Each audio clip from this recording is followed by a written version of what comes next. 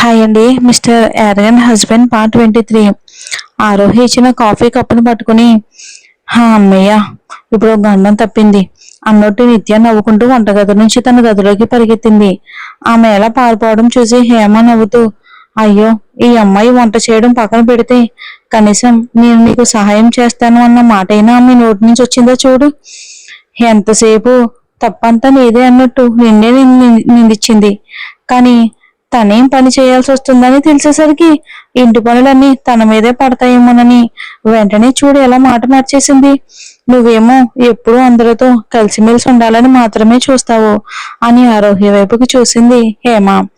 ఆరు చిరునవ్వుతో, వదిలేయండి అత్తమ్మ, పాపం ఆమెకు వంట చేసే అలవాటు లేదు, అందుకే అలా మాట్లాడుతుంది. నాకు ఒక్కదానిగా పని చేయటం ఎలాంటి ఇబ్బంది లేదు, చిన్నప్పటి నుంచే నాకు ఇలా వంట చేయటం అలవాటే అని అంది. ఆమె తన పని తాను చూసుకుంటూ ఉండడం చూసి ఇక హేమ తల ఊపుతూ, నీకు ఈ జన్మలో బుద్ధి రాదారు, మంచివాళ్ళుగా ఉండాలి. అది నిజమే, కానీ ఇంత మంచివాళ్ళుగా మాత్రం ఉండకూడదు, కొంచెమైనా స్వార్థం ఉండాలి, లేకపోతే ఈ ప్రపంచంలో బతకడం చాలా కష్టం, అర్థమైందా అని చెప్పింది. దానికి ఆరోహి నవ్వుతూ, అమ్మా, ఆ విషయం వదిలేయండి, ముందు టిఫిన్ రెడీ అయింది, మీరు వచ్చి తిని తర్వాత మందులు వేసుకోండి అని అంది. దానికి హేమ నిట్టూర్చి, నీకెంత చెప్పినా అంతే ఆరు, అవసరమైన విషయాలు మాత్రం ఇక నీ తలలోకి ఎక్కవు అంటూ బయటికి నడిచింది. ఇంతసేపు వారి మాటలన్నీ విన్నా ఆశ దగ్గరకు వచ్చి, ఆరు, అమ్మ చెప్పింది నిజమే, నిత్య విషయం నీకంతా తెలిసినా ఏమీ తెలియనట్టుగా నువ్వు ఎందుకుంటున్నావు? ఆమె నిన్ను అంతగా అవమానించినా నువ్వు కనీసం ఒక్క మాట కూడా ఎందుకు అనవు అని అడిగింది ఆశ. ఆరోహి చిరునవ్వుతో, ఆశమ్మ, ఆమె ఏదో ఒక మాట అందని నేను దాన్నే పెద్ద విషయం చేసి అందరికీ చెప్తే ఏమవుతుంది? ఇంట్లో గొడవలు మొదలవుతాయి. ఆమెకు ముందే కోపం ఎక్కువ. నా వల్ల వాళ్ళ దాంపత్యంలో దూరం రావటం నాకు అసలు ఇష్టం లేదు. ఇల్లంటే చిన్న చిన్న మాటలు అపార్థాలు రావటం పోవటం సహజమే కదా. అలాంటి చిన్న విషయాలను పెద్దవి చేసుకుంటూ పోతే ఏముంటుంది ఆశమ్మ? ఆమె ఏం మాట్లాడినా నాకు వినిపించినట్టే నా పని నేను చేసుకుంటూ ఉంటే సరిపోతుంది కదా. నన్ను తిడితే ఆమెకు ఆనందంగా ఉంటే తిట్టనివ్వండి. నా వల్ల ఆమెకు అంతైనా సంతోషం కలుగుతుంది అనుకుంటే నాకు కూడా సంతోషమే. అందుకే ఆమె ఏం మాట్లాడినా నేను మనసుకు తీసుకోను. ఇప్పుడు సమయం ఎంతైందో చూడండి, ఇక రండమ్మా, ముందు టిఫిన్ తినండి అంటూ డైనింగ్ టేబుల్ వైపుకు నడిచింది. ఆమె వెళ్తున్న వైపుకు చూస్తూ ఆశ మనసులోనే, పెళ్ళై వెళ్ళే ప్రతి అమ్మాయి ఈ ఆరోహిలా ఆలోచిస్తే ఏ ఇంట్లోనూ గొడవలే ఉండవు. నిజంగా మన అజ్జు ఎంత పుణ్యం చేసుకున్నాడో ఇలాంటి అమ్మాయి చెయ్యి పట్టడానికి.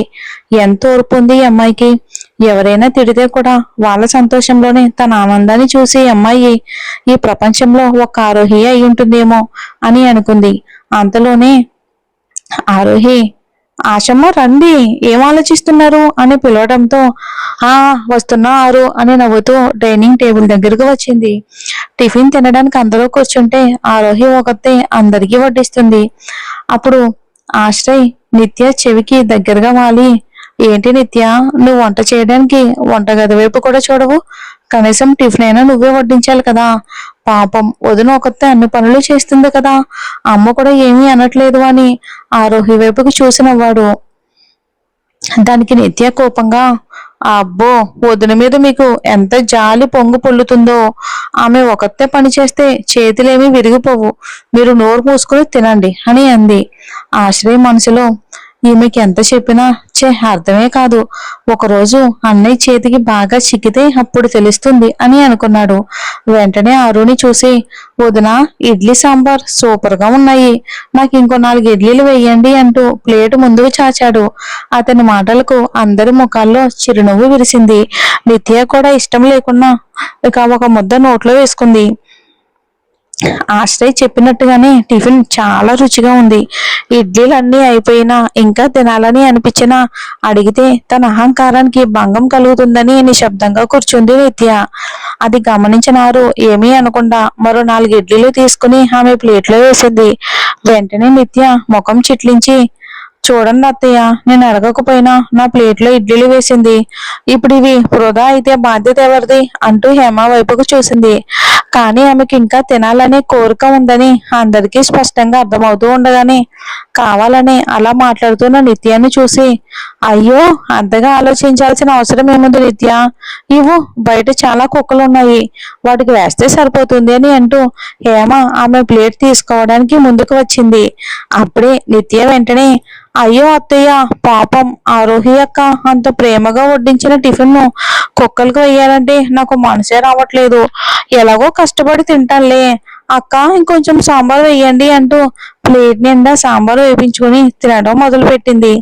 మనసులో మాత్రం, అయ్యో, ఎంత రుచిగా వంట చేస్తుంది, ఇలానే అందరికీ రుచికరంగా ఉండి వాళ్ళందరినీ తన వైపుకు తిప్పుకుంది అని అసూయపడింది నిత్య.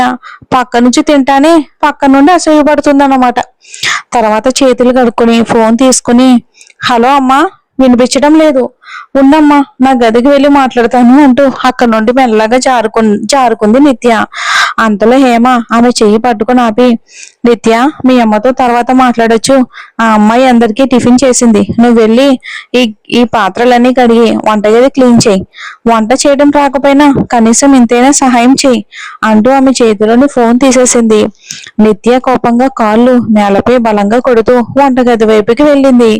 ఆమె వెళ్ళిన తర్వాత ఆరోహి, అత్తమ్మ, పాపం, ఆమెకు ఇవేమీ అలవాటు లేదు, నేనే టిఫిన్ తిని అన్ని క్లీన్ చేసేదానుగా అని అంది ఆరు. హేమ వెంటనే, నువ్వు ముందు ప్రశాంతంగా కూర్చుని టిఫిన్ తినారు, ఉదయం నుంచి ఒక్క నిమిషం కూడా ఆగకుండా పని చేస్తూనే ఉన్నావు, అలసిపోవటం లేదా అంటూ బలవంతంగా ఆమెను కూర్చోబెట్టి టిఫిన్ తినిపించింది. టిఫిన్ తిన్న తర్వాత ఇంటి పనులన్నీ పూర్తి చేసుకుని ఆరు తన గదికి వెళ్ళింది.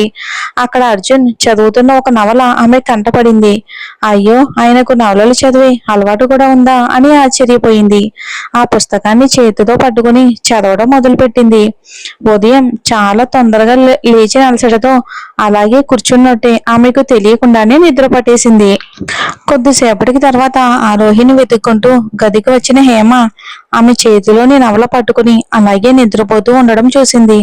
పాపం, ఇంటి పనులన్నీ ఒకతే చేసుకుని బాగా అలసిపోయింది, కాసేపు రెస్ట్ తీసుకోవాలి అనుకుంది.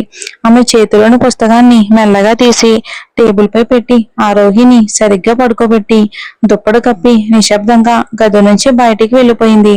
సాయంత్రం అయ్యాక కిందకు వచ్చిన నిత్యకు ఆరోహి ఎక్కడా కనిపించలేదు. అయ్యో, కాఫీ తాగుతామని వచ్చాను, ఈ దరిద్రపు అమ్మాయి ఎక్కడికి పోయింది అని వెతుక్కుంటూ చివరకు ఆమె గది దగ్గరికి వెళ్లి లోపలికి తొంగి చూసింది. ఆరోహి ఇంకా గాఢంగా నిద్రపోతూ ఉంది. అది చూసి నిత్య మనసులోనే, ఓ, మహారాణి గారికి ఇంకా మెలకువ రాలేదన్నమాట, ఉండు ఉండు, నీకిప్పుడు చూపిస్తాను అని అనుకుంది నిత్య. పక్కనే ఉన్న నీళ్ళ బాటిల్ తీసుకుని కొద్దిగా నీటిని ఆమె చేతిపై ముఖంపై చల్లి వెంటనే అక్కడి నుంచి పరిగెత్తింది. ముఖంపై చల్లటి నీళ్లు పడ్డంతో ఆరోహి ఒక్కసారిగా లేచింది. ఉలిక్కిపడి లేచింది. చుట్టూ చూసినా ఎవరూ కనిపించలేదు. నా ముఖంపై నీళ్ళెవరు చల్లారు అని ఆశ్చర్యపోయింది. ముఖం తుడుచుకుని సమయం చూసేసరికి సాయంత్రం 6 గంటలయ్యింది. అయ్యో, ఈ రోజు ఇంతసేపు నిద్రపోయానా అని తొందరగా లేచి ముఖం కడుక్కొని కిందకి వచ్చింది. ముందుగా దేవుడికి దీపం వెలిగించి తర్వాత అందరికీ కాఫీ తయారు చేసి ఇచ్చింది. ఉదయం చాలా తొందరగా వెళ్ళిపోయిన అర్జున్ రాత్రి 9 గంటల సమయంలో ఇంటికైతే చేరుకున్నాడు. ఇంట్లోకి అడుగుపెట్టిన అతని చూపు మొదట వంటగది వైపుకి వెళ్ళింది. ఇంకా అతన్ని చూసిన హేమ, అజ్జు, ఇప్పుడే వచ్చావా, ముందు వెళ్ళి ఫ్రెష్ అయ్యరా, తర్వాత భోజనం చేద్దామని ఉంది. అర్జున్ మాత్రం వంటగది వైపుకే చూస్తూ సరే అమ్మా అని పైకి వెళ్ళిపోయాడు. అర్జున్ గొంతు వినగానే ఆరోహికి ముందుగా వెళ్ళి అతని ముఖాన్ని చూడాలి అనిపించింది. కానీ గత రాత్రి అతను ఇచ్చిన మల్లెపూల కానుక, వారి మధ్య జరిగిన ఆ మధుర క్షణం గుర్తుకు రావటంతో ఆమె ముఖం సిగ్గుతో ఎర్రబడిపోయింది. ఆ సిగ్గే ఆమెను అతని దగ్గరికి వెళ్లకుండా ఆపేసింది. తాను ఇంటికి వచ్చిన భార్య ఒకసారి కూడా తన ముందుకు రాకపోవటం గమనించిన అర్జున్ కు ఆరోహిపై చిన్నపాటి అలక కలిగింది. అద్దం ముందు నిలబడి ఉన్న అతనికి మాత్రం ఎప్పుడెప్పుడు వెళ్లి ఆమె ముఖం చూస్తానా అని ఆతృత కలిగింది. ఇక తనలో వచ్చిన ఈ మార్పును అతడికే ఆశ్చర్యంగా అనిపించింది. ఆమె పేరు తలుచుకున్నా చాలు అతని గంభీరమైన ముఖంపై చిరునవ్వు మెరిసేది. నేను ఎప్పుడు ఇంతగా మారిపోయాను, కొత్తగా ప్రేమలో పడిన కాలేజ్ అబ్బాయిలా ఆమెను చూడ్డానికి ఎంత ఆతృతగా ఎదురు చూస్తున్నానా అని తనలో తానే ఆమెను అనుకుని ఒకసారి చూడాలి. ఆమె నాతో మాట్లాడకపోయినా పర్వాలేదు, నా కళ్ళ ముందుకు ఒకసారి వస్తే చాలు, ఆమె తాకిన గాలి నా ఒంటిని తాకినా సరిపోతుంది అని అర్జున్ తనలో తానే అనుకున్నాడు. ఎన్ని దేశాలు తిరిగినా, నేను ఎంతో మంది అమ్మాయిలు నన్ను ఆకట్టుకోవాలి అని చూసినా, కావాలని నా దగ్గరకు వచ్చి చివరికి అవమానపడి వెళ్ళిపోయారు. కానీ నేను మాత్రం ఒక్కసారి కూడా వాళ్ళ వైపుకు తిరిగి చూడలేదు. కానీ ఈ అమ్మాయి మాత్రం అందరిలా కాదు. నా ఒక్క చూపుకే భయపడి అమ్మ చీర కొంగు పట్టుకుని తిరుగుతుంది. నా ఎదురుగా నిలబడి మాట్లాడాలన్నా చేతులు కాళ్ళు వణుకుతున్నాయి. ఎవరూ ఛేదించలేని నా గుండె అనే కోటలోకి ఈ అమాయకురాలు తన అమాయకత్వంతో ప్రవేశించింది. నిజంగా ఇది నేనేనా అని నాకు నేనే సందేహపడుతున్నాను అని ఆలోచనలో మునిగిపోయాడు. అంతలో హేమ పిలిచిన గొంతు వినిపించడంతో అర్జున్ ఒక్కసారిగా తేరుకుని చిరునవ్వుతో తలూపి కిందకు వచ్చాడు. అర్జున్ ముఖం కనిపించగానే ఆరోహికి సిగ్గు వేసింది. అతని ముందుకు వెళ్లకుండా ఉండాలని వంటగదిలోనే ఏదో పని చేస్తున్నట్టు నటిస్తూ తనకు తర్వాత భోజనం చేస్తానని చెప్పి ఆశను అందరికీ వడ్డించమని చెప్పింది.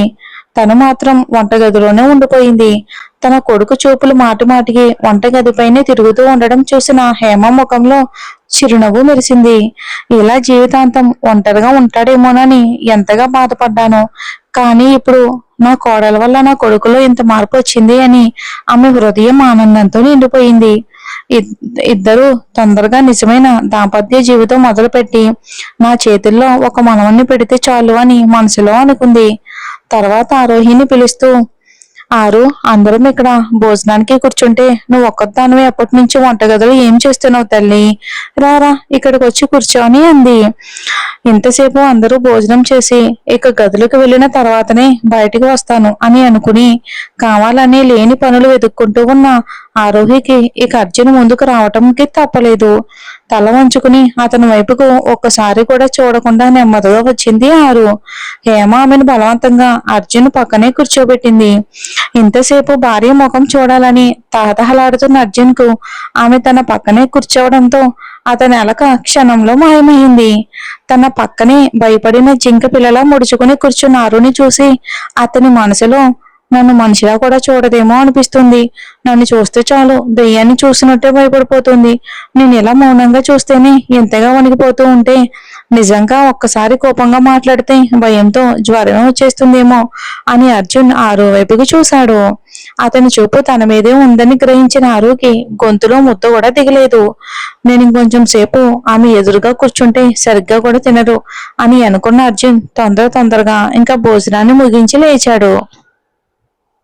ఇక హేమకు చెప్పి తన గదికి వెళ్ళిపోయాడు. అతను వెళ్ళగానే ఆరోహి ఊపిరి పీల్చుకుంది. అందరూ భోజనం ముగించిన తర్వాత ఆమె వంటగది క్లీన్ చేయడానికి వెళ్ళబోతూ ఉండగా హేమ పిలిచింది. ఆరు, చాలు, ఉదయం నుంచి ఒక్క నిమిషం కూడా ఆగకుండా పని చేస్తూనే ఉన్నావు, అలసిపోలేదా? వెళ్ళి పడుకొని అంది. అక్కడే మొబైల్ పట్టుకుని కూర్చున్న నిత్యాని పిలిచి, నిత్య వెళ్ళమ్మా, పాపం ఈ అమ్మాయి ఉదయం నుంచి ఒక్కతే అన్ని పనులు చేస్తుంది, కనీసం ఈ రోజైనా నువ్వు వంటగది క్లీన్ చేసి పడుకొని అంది. నిత్య ఆశ్చర్యంగా, అత్తయ్య నేను వంటగది క్లీన్ చేయాలా అని అడిగింది. అవును నిత్య, నీతోనే చెప్తున్నాను, వెళ్ళి వంటగది క్లీన్ చేసి తర్వాత పడుకో అని హేమ స్పష్టంగా చెప్పింది. ఆరుని రెస్ట్ తీసుకోమని పంపించింది. ఇక తాను కూడా తన గదికి వెళ్ళిపోయింది. వంటగదిలోకి వెళ్ళిన నిత్యకు సింక్ లో పేరుకుపోయిన పాత్రలు కనిపించాయి. అవి చూసి ఆమె కోపంతో ఉడికిపోయింది. ఈ అత్తయ్య నన్ను ఏమనుకుంటున్నారు? నేను ఏంటి పని మనిషినా? మా ఇంట్లో అయితే నాతో ఒక్క మాట కూడా అనేవారే కాదు, కానీ ఇక్కడ మాత్రం ప్రతి విషయానికి నన్నే పనికి పెడుతున్నారు. వీళ్ళకి ఇంకా ఈ నిత్య ఎవరో సరిగ్గా తెలియదు. ఒక్కరోజు చూపిస్తాను. చెప్పుకోవడానికి పెద్ద ధనవంతుల ఇల్లు, కానీ పనులన్నీ మాత్రం మనమే చేసుకోవాలి. కర్మ, ఈ ఆశు కూడా ఒక పనికి మారిన వాడే. అన్నయ్య డబ్బుతో హాయిగా జీవిస్తున్నాడని ముందే తెలుసుంటే ఆశు వైపుకు తిరిగి కూడా చూసేదాన్నే కాదు అని తనలో తానే తిట్టుకుంది. చూద్దాం మరి ఏం జరుగుతుందో.